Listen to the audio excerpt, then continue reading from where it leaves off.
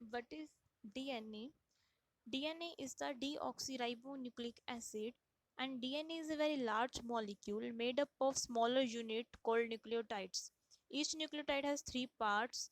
इनके पास होता है एक शुगर होता है, फॉस्फेट मॉलिक्यूल होता है, नाइट्रोजनस बेस होता है. अब जो नाइट्रोजन बेस है वो पार्ट है न्यूक्लियोटाइड का जो क्या कैरी करता है जेनेटिक इंफॉर्मेशन. अब जो बेस होते हैं डीएनए के अंदर वो चार होते हैं adenine cytosine guanine and thymine ATP CTP GTP and TTP. तो what is recombinant DNA technology. तो रिकम्बिनेंट डीएनए टेक्नोलॉजी आखिरकार है क्या. तो recombinant DNA technology procedure by which DNA from different species can be isolated. जो DNA है different different species से हम उसको आइसोलेट कर सकते हैं, कट कर सकते हैं एंड उसको इकट्ठा जोड़ सकते हैं. तो जो नया बनता है इकट्ठा जोड़ने के बाद उसको हम बोलते हैं new recombinant. Molecules are then multiplied in quantity in population of rapidly dividing cells. अब जो नया रिकम्बिनेंट मॉलिक्यूल्स बने हैं वो डिवाइडिंग पॉपुलेशन में बनते हैं जैसे कि बैक्टीरिया एंड यीस्ट में. तो what is recombinant DNA technology. In early 1970 ये पॉसिबल था to isolate a specific piece of DNA out of the millions of base pair in a typical genome. 1970 में बहुत ही इजी था कि आप डीएनए का पीस निकाल सकते हैं एक टिपिकल जीनोम में से. लेकिन अब क्या हुआ, क्या अब ये पॉसिबल नहीं है. तो what is recombinant DNA technology. Recombinant DNA technology is based upon a number of important things. अब रिकम्बिनेंट डीएनए टेक्नोलॉजी बहुत ही इंपॉर्टेंट थिंग्स पे बेस्ड है जैसे कि bacteria contain extra chromosomal molecules of DNA called plasmid which are circular. अब bacteria के पास क्या होता है, एक्स्ट्रा क्रोमोसोमल मटेरियल होता है. ठीक है, क्या होता है बैक्टीरिया के पास, एक्स्ट्रा क्रोमोसोमल मॉलिक्यूल जिसको हम बोलते हैं प्लाज्मिड. जिसको हम क्या बोलते हैं, जिसको हम बोलते हैं प्लाज्मिड, जो कि क्या होगा, जो होगा circular. Bacteria contain extra chromosomal molecules of DNA called plasmid which are circular. तो what is recombinant DNA technology. Bacteria also produce enzymes called restriction endonuclease जो कट करते हैं डीएनए मॉलिक्यूल्स को एक स्पेसिफिक प्लेस से और छोटे छोटे फ्रेगमेंट्स के अंदर जिन्हें हम बोलते हैं रिस्ट्रिक्शन फ्रेगमेंट. ठीक है, जिन्हें हम क्या बोलते हैं, रिस्ट्रिक्शन फ्रेगमेंट. और यहाँ पे बहुत ही काइंड्स के डिफरेंट डिफरेंट टाइप के रिस्ट्रिक्शन एंडोन्यूक्लियस एंजाइम जो है वो प्रेजेंट है.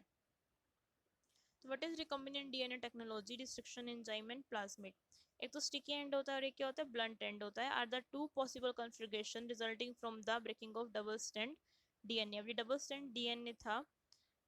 ठीक है, अब इनको क्या कहते हैं, दो पॉसिबल कॉन्फ़िगरेशन जो है बनती है इनको तोड़ने से. एक जो बनता है उसको हम बोलते हैं स्टिकी एंड एंड एक जो बनता है उसको हम क्या बोलते हैं, उसको हम बोलते हैं डबल एंड. ठीक है, एक स्टिकी एंड बनता है दूसरा क्या बनता है, दूसरा बनता है डबल एंड. तो what are restriction enzymes and what are plasmid. जो sticky end and blunt end है वो दो पॉसिबल कॉन्फ़िगरेशन है जो कि कहाँ से रिजल्ट हुई है, ब्रेक किसको ब्रेक करने से, डबल स्ट्रैंडेड डीएनए को ब्रेक करने से.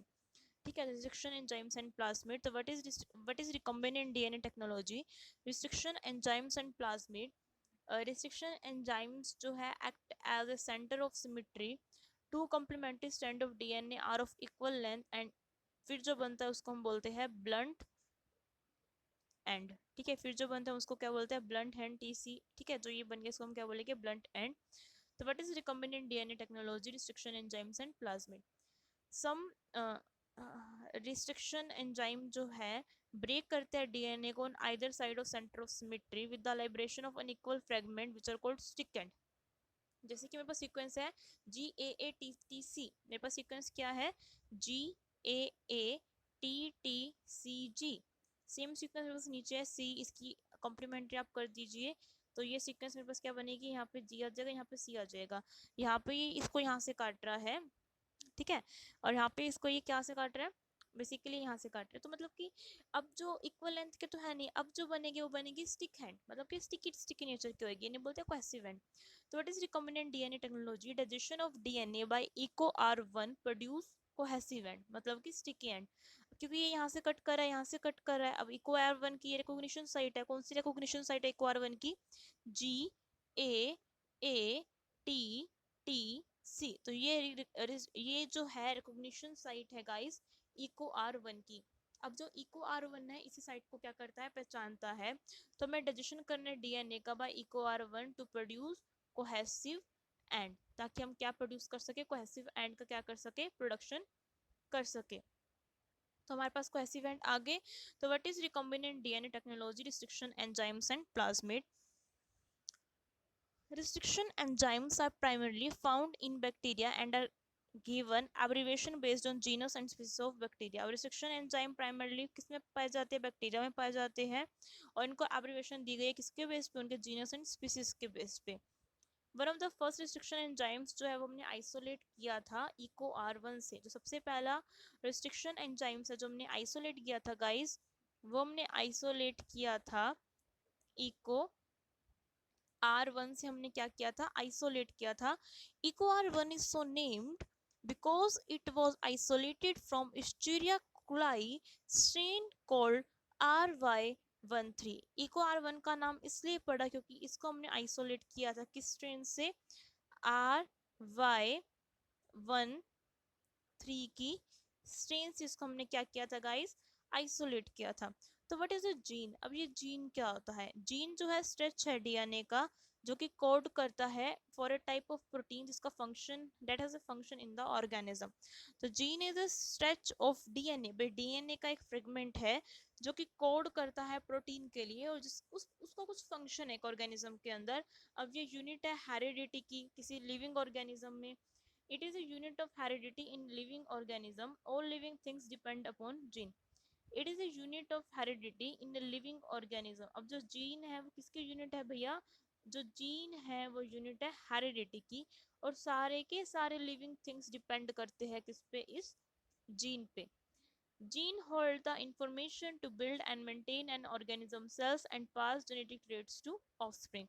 अब जीन के पास क्या है, जीन ने होल्ड कर रखा है, क्या है जीन के पास, इंफॉर्मेशन है कि वो बना सके एंड मेंटेन कर सके ऑर्गेनिज्म का सेल, और पास कर सके इन्हीं ट्रेट्स को किसके पास, ऑफस्प्रिंग के पास।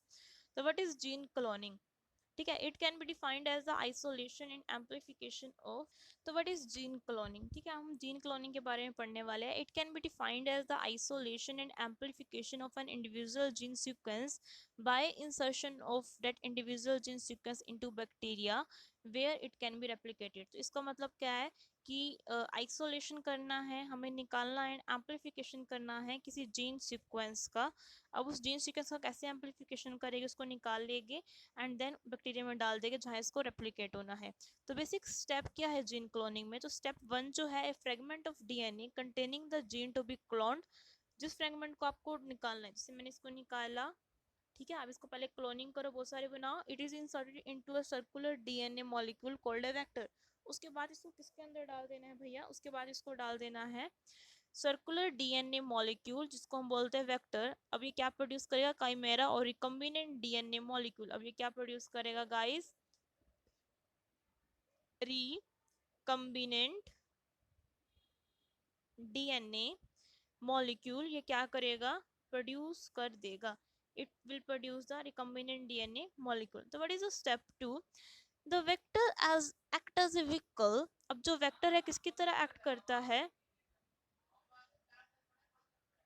वेक्टर किसकी तरह काम करता है, वेक्टर काम करता है व्हीकल की तरह जो कि ट्रांसपोर्ट करता है जीन किसमें, होस्ट सेल के अंदर, which is usually way bacterium. Also other type of living cells भी हम यूज कर सकते हैं, इसको हम बोलते हैं ट्रांसफॉर्मेशन। जैसे कि ये रिकम्बिनेंट प्लाज्मिड है, ये इकोलाई का होस्ट सेल है, ठीक है। अब यहाँ से क्या हो जाएगा, ट्रांसफॉर्म्ड हो जाएगा, इस सेल को हम बोलते हैं ट्रांसफॉर्म्ड सेल। ये रिकम्बिनेंट प्लाज्मिड है, ये इकोलाई का क्या है, होस्ट सेल है। स्टेप 3 में क्या होता है, within the host cell all जो वेक्टर मल्टीप्लाई करेंगे, प्रोड्यूस करेंगे बहुत ही सारी identical copies, not only of the itself but the gene it carries. तो गाइस ये बैक्टीरिया डीएनए ये प्लाज्मिड है, within the host cell के अंदर वेक्टर मल्टीप्लाई होगा, ठीक है, और प्रोड्यूस करेगा बहुत ही सारी identical copies, not only of itself, सिर्फ खुद की नहीं बल्कि जीन की भी, जो जीन ये क्या कर रहा है, कैरी कर रहा है। स्टेप 4 में क्या होगा, when the host cell divide, जब होस्ट सेल क्या करेगा, डिवाइड करेगा, copies of recombinant DNA molecules are passed to the progeny and further vector replication take place। जब होस्ट सेल डिवाइड करेगा, जो कॉपीज होगी किसकी, रिकम्बिनेंट डीएनए प्लाज्मिड की पास होगी प्रोजेनी में, एंड फर्दर वेक्टर एप्लीकेशन होगी। तो ये क्या है गाइस, रिकम्बिनेंट प्लाज्मिड है, ट्रांसफॉर्मेशन होगा, एम्पलीफिकेशन हो जाएगा इसका, ठीक है। स्टेप 5 में क्या होगा? After large number of cell division a colony और clone of identical host cell is produced. Each cell in the clone contains one or more copies of the recombinant DNA molecule. ठीक है, then the host cells are then lysed and recombinant DNA को हम क्या कर सकते हैं? Separate कर सकते हैं. तो application of recombinant DNA technology in medicine, तो एप्लीकेशन क्या है, किसकी एप्लीकेशन? रिकम्बिनेंट डीएनए टेक्नोलॉजी की. किसके अंदर? मेडिसिन के अंदर. तो recombinant DNA technology had made it possible to treat different diseases. Recombinant DNA technology से हम डिफरेंट डिसीज को जो है ठीक कर सकते हैं by inserting new genes in place of damage. हम क्या कर सकते हैं? नए जीन को इंसर्ट कर सकते हैं, किसकी बजाय? डैमेज की बजाय. And disease gene in the human body. जैसे कि फॉर एग्जांपल इंसुलिन एक हार्मोन है, किससे बना होता है? प्रोटीन से बना होता है. It is secreted in the pancreas by some cells called islet cells. If a person has decreased amount of insulin in the body, he will suffer from a disease called diabetes. अगर person के पास क्या होता है? Decrease amount of insulin होता है उसकी body में, तो सफर करता है डायबिटीज से. Recombinant DNA technology has allowed the scientist is to develop a human insulin by using the bacteria as a host cell, and it is also available in the market. It is believed that the drugs produced through microbes are safer. तो ये application थी हमारे पास. अब ये vaccine क्या होती है भाई? तो वैक्सीन क्या होता है? Recombinant DNA technology enables the scientists to develop vaccine by cloning the gene into for reproductive antigen protein. Viral vaccine are most commonly used through this technology. For example, हब्स की होगी, इन्फ्लुएंजा वायरस की होगी, hepatitis की होगी, फूट and mouth disease की होगी.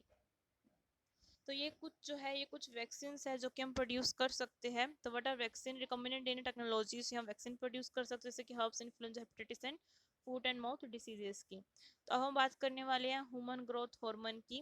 Recent year में scientist have developed many growth hormones using recombinant DNA technology. Recent year में साइंटिस्ट ने डेवलप किए बहुत सारे ग्रोथ हार्मोन, किसका यूज करके? रिकम्बिनेंट डीएनए टेक्नोलॉजी का यूज करके. जैसे कि डवार्फिज्म जो डिसीज है, हम इसका यूज करके ठीक कर सकते हैं.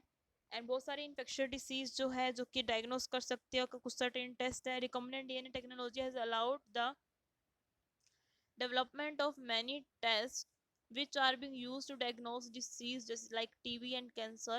अगर diagnose processes में certain pathogen isolate कर दे, identified करते हैं, then diagnostic kits are produced when the genome of the specific pathogen is known to kill or block its pathogenic activity.